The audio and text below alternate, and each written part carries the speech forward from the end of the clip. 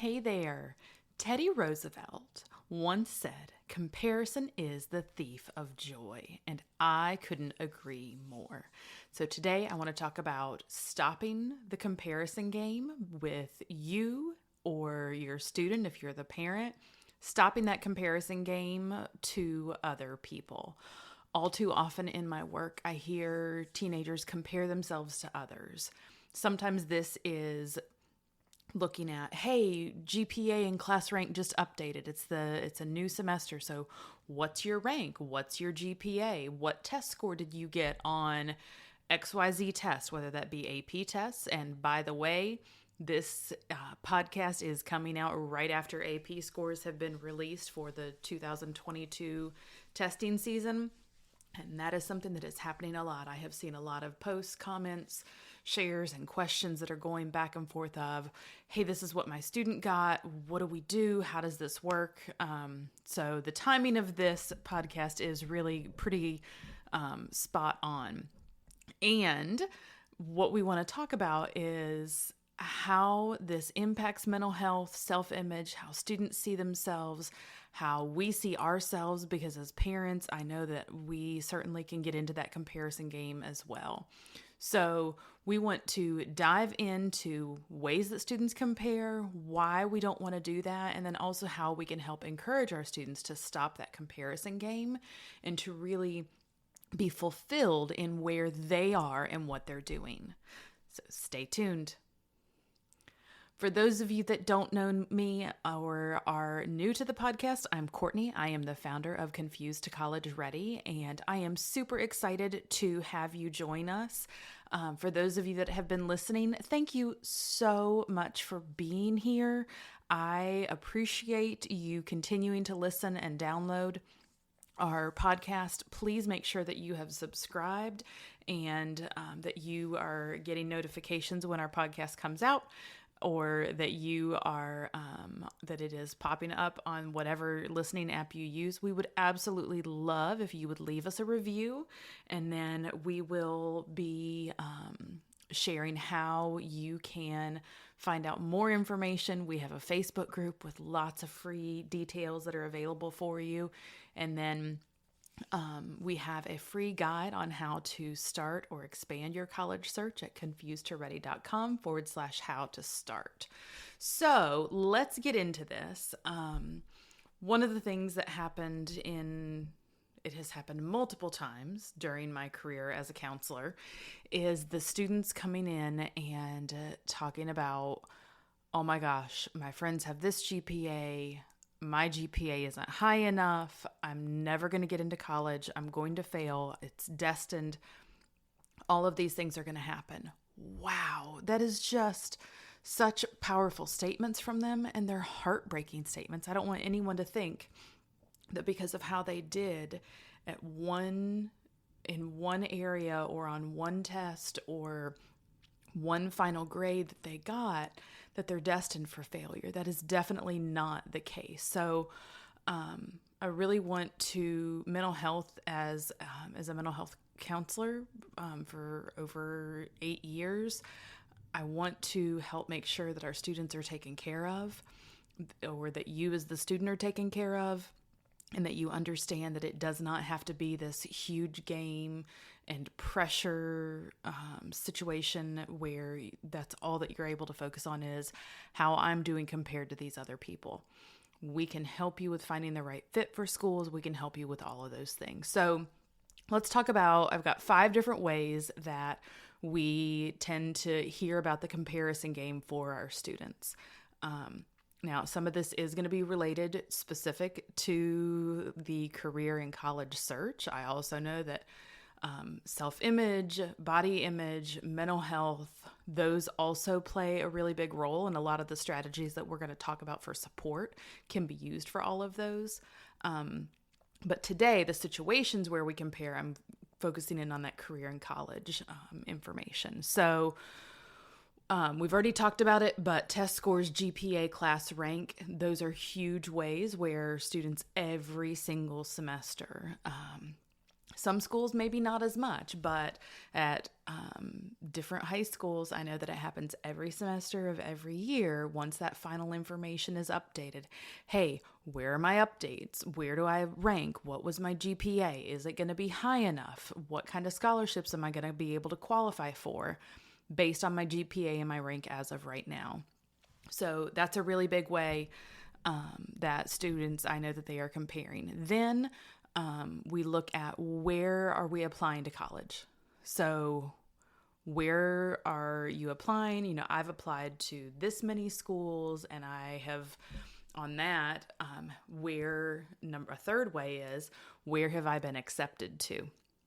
So I got accepted to this many colleges, and then this many were elite, this many were prestigious. This is how much financial aid award I'm receiving. Number 4 is where am I attending college? So, well, I'm going to this school, or someone who wanted to get into a certain school and didn't, and then how they're comparing themselves to that person who got in. And it doesn't, an acceptance or a rejection does not mean that it is a reflection on who that person is as a unique individual. It means that maybe they weren't a good fit for the college, for what the college was looking for, that they had a certain number of spots that they needed to be able to fill. And once they had met that, they didn't have any more room, but it's not a negative reflection of the student. But that, again, that's another really big place where we hear a lot of those comparisons. And it makes me so sad every single time. And then the other one, a fifth one, is well-meaning advice. So a lot of times we have friends, we have family, we have other people who are saying, oh, you should look at this school, or you would qualify to go to that school. There's a lot of different reasons and factors that go into making a decision about your application list and other things. Some of that can be mental health. Some of that can be family circumstances, work situations. Some of that might be how much you can afford to pay, and are you willing to go into debt because of that? And I really encourage our families and students to just take what people are saying with a grain of salt. You have to decide what's right for you. And so I know that some of this has been, the ways that we compare, it kind of has a negative feeling. So what I really want to do is talk about how we can support. And that's where I really want to spend more of our time. So when we are having conversations with our families, whether you're the student or the parent, listening and just being able to give the person, our student, being able to talk, or as the parent, allowing your student, your teenager, to be able to talk about the situation. So there's sympathy is where, and then empathy. So we are letting the student be able to share what's happening. I'm so sorry that this is going on. Not necessarily trying to fix the situation for them, because we're going to have days and times where things are difficult, and that's going to help us. How we deal with it helps us on the other end of things and how we're going to handle that specific situation and what we're going to do. So I think it is important for us to go through some of these things, to face different challenges, to be able to have times where maybe we're disappointed and things didn't go the way that we wanted to. But when we look back on it later on down the road, we think, wow, that makes a whole lot more sense. And I certainly have had those situations in my life where I did not understand why something wasn't working out. And then looking back on it, thought, okay, that's why. And this is exactly where I'm supposed to be and exactly what I'm supposed to be doing. So listening, having that empathy, that sympathy, being able to say, I get it. I know that this is not an easy situation, and I am sorry that you're going through this, but know that I'm here to support you. Or for the student saying, hey, mom and dad, aunt, uncle, grandparent, support person, this is really not an easy situation, and I'm so glad that you're here for me to support me. The next one is, our second one is looking at praising our students' actions rather than their achievements. So, when someone comes home, like for example, my son comes home and art is not necessarily his favorite subject, but he tried hard in class. I'm not, oh, that's such a beautiful, and there are some of the things that he does that they truly are beautiful, but I'm not just going to say, good job, that's beautiful, you did great. I want to not focus just on the quality of the work that he did, but the fact that he persevered, that he continued trying no matter what it was. Or for a subject that it was some really tough stuff that he was working on. You know what? You didn't get an A, and that's okay. You don't have to have an A on that. You worked really hard and you gave your best effort, and that's what we want to see. And I'm so proud of the work that you put into this and how you did not give up. So that can be an example of praising actions, not necessarily what they did or how well they did. It's about the continued effort and work ethic that they have in a particular situation. Another area or talking point for you all is making a choice about how you're going to handle comparison and suggestions from others. And many times people's suggestions are meant with incredibly good intentions. That doesn't always mean that it's easy for us to take. Sometimes it's not with good intentions, but most of the time it is. And so having a conversation of, okay, if we go somewhere and maybe we're going to a family reunion and an aunt or grandparent or someone is known for giving their opinion on what someone should be doing. Having kind of that standard, okay, so here's what I want to talk about with that person. Or here's how I want to respond to that person in this situation. You know what? Thank you so much, Aunt Mary, for sharing. We'll look into that. And then as a family, we'll be discussing our final list of schools, or we'll be talking about what we decide as that list that we are going to consider. So thank you for your feedback and information, and we will take that into consideration as we make that list. So just kind of closing the conversation down, but still being able to be respectful in the situation, letting them know that you are going to take it into account, and you don't even have to consider if it's not something that you're interested in. It doesn't mean that you have to spend a lot of time considering it. It could just be a quick, okay, thank you. And as a family, you know that's not something that you're looking at.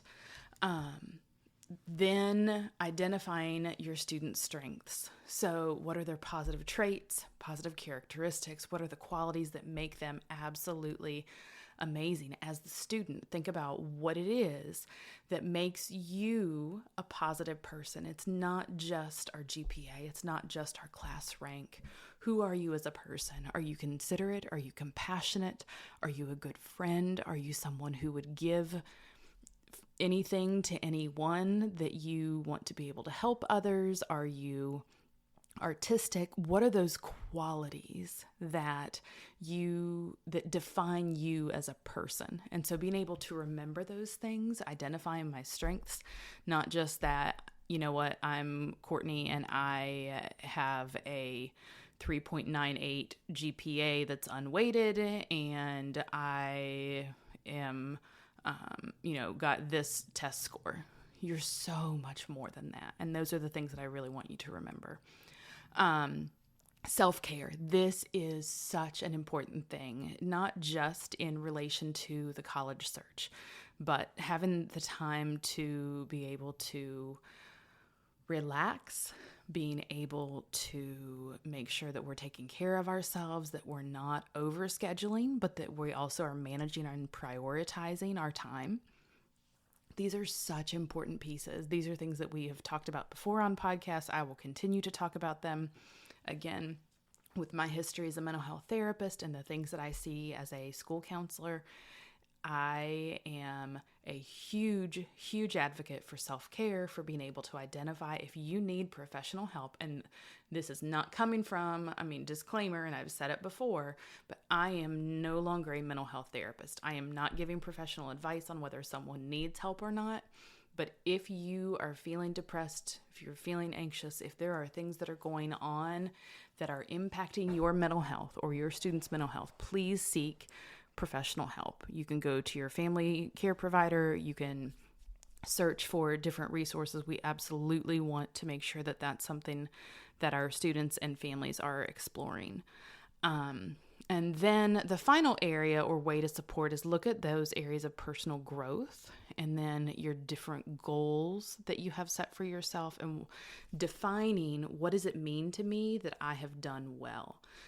Does it mean, if you're an athlete and you are wanting to, maybe you run track and field and you're wanting to get a certain time on the whatever event you're running. That might be a personal goal that you've set for yourself. Or it could be figuring out, what, I really do well with writing down what I need to do in a planner, but sometimes I procrastinate and I end up having a lot of stuff that I have to focus on at the end. So I want to work on prioritizing for this next 9 weeks or whatever it might be. So setting some of those goals, figuring out what are the areas for personal growth, how I can be successful, and defining what that means, because that's different for every person. Not everyone is the same, and we're not intended to be that way. We are unique, and there are so many amazing things that you can do.